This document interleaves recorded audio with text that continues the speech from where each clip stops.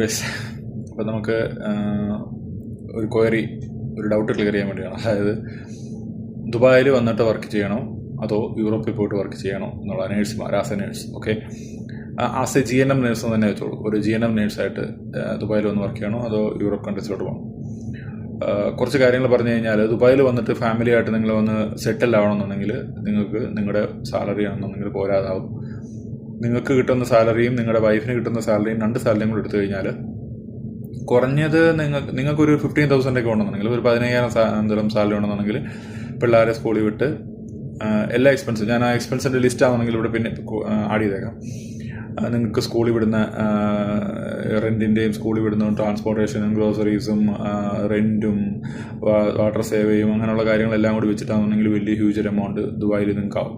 അപ്പോൾ നിങ്ങൾ ഫാമിലിയായിട്ട് ഇവിടെ വന്ന് താമസിക്കുകയാണെങ്കിൽ നിങ്ങൾക്ക് സംഭവിക്കാൻ പോകുന്ന കാര്യം എന്താണെന്ന് വെച്ച് കഴിഞ്ഞാൽ, നിങ്ങളുടെ സാലറി മൊത്തം ആണെന്നുണ്ടെങ്കിൽ തീരും. നിങ്ങൾക്ക് സേവിങ്സിനായിട്ടാണെന്നുണ്ടെങ്കിൽ വലിയ എമൗണ്ട് ഒന്നും മാറ്റി വെക്കാൻ വേണ്ടി കാണത്തില്ല.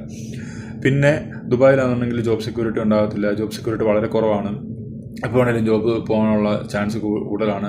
നാട്ടിലോട്ട് പോകാൻ വേണ്ടി എളുപ്പമാണ്. നാട്ടിലോട്ട് പോയി പിന്നെ സെറ്റിൽ ആകാൻ വേണ്ടി ഒരു ബാക്കപ്പ് ഉണ്ടെന്നുണ്ടെങ്കിൽ നിങ്ങൾക്ക് കുഴപ്പമില്ല. ഇല്ലാത്തവരുടെ കാര്യം ആണെന്നുണ്ടെങ്കിൽ വളരെ ബുദ്ധിമുട്ടായിരിക്കും. പക്ഷേ യൂറോപ്പ് കൺട്രീസിലോട്ടാണെന്നുണ്ടെങ്കിൽ നിങ്ങളുടെ സ്വന്തം നാട് വിട്ട് നിങ്ങൾ യൂറോപ്പിൽ പോയി സെറ്റിൽ ചെയ്യാൻ വേണ്ടിയാണ്, അവിടുത്തെ പൗരനെ മാറാൻ വേണ്ടിയാണ് പോകുന്നതെങ്കിൽ നിങ്ങൾക്ക് ബെറ്റർ ഓപ്ഷൻ യൂറോപ്പ് ആയിരിക്കും. അവിടെ നിങ്ങളുടെ കുട്ടികളുടെ വിദ്യാഭ്യാസം, അവിടുത്തെ നമ്മുടെ ഹോസ്പിറ്റൽ എക്സ്പെൻസസ് ഒക്കെ ഗവൺമെൻറ് നോക്കിക്കോളും. പിന്നെ നിങ്ങൾക്കാണെന്നുണ്ടെങ്കിൽ നിങ്ങളുടെ പിള്ളേരെ ആണെന്നുണ്ടെങ്കിൽ പഠിപ്പിച്ച് കഴിഞ്ഞാലും അവർക്ക് ബെറ്റർ ഓപ്പർച്യൂണിറ്റീസ് ഉണ്ട്. നിങ്ങൾക്ക് കരിയർ ഗ്രോത്ത് ആണെന്നുണ്ടെങ്കിലും ബെറ്റർ ഓപ്ഷൻസ് ഉണ്ട്.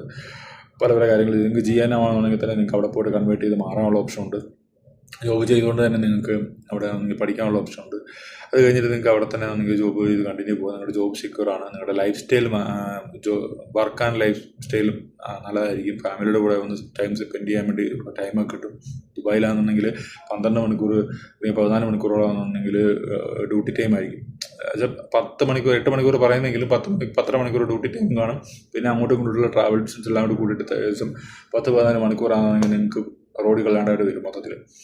ഓക്കെ, അപ്പോൾ ഇങ്ങനെയുള്ള കാര്യങ്ങളൊക്കെയാണ് ഇതിൻ്റെ കമ്പാരിസൺ. പിന്നെ ബാക്കിയുള്ളതൊക്കെ ആണെങ്കിൽ ഞാൻ നേരത്തെ പറഞ്ഞ പോലെ പേഴ്സണൽ പ്രിഫറൻസസ് ആണ്.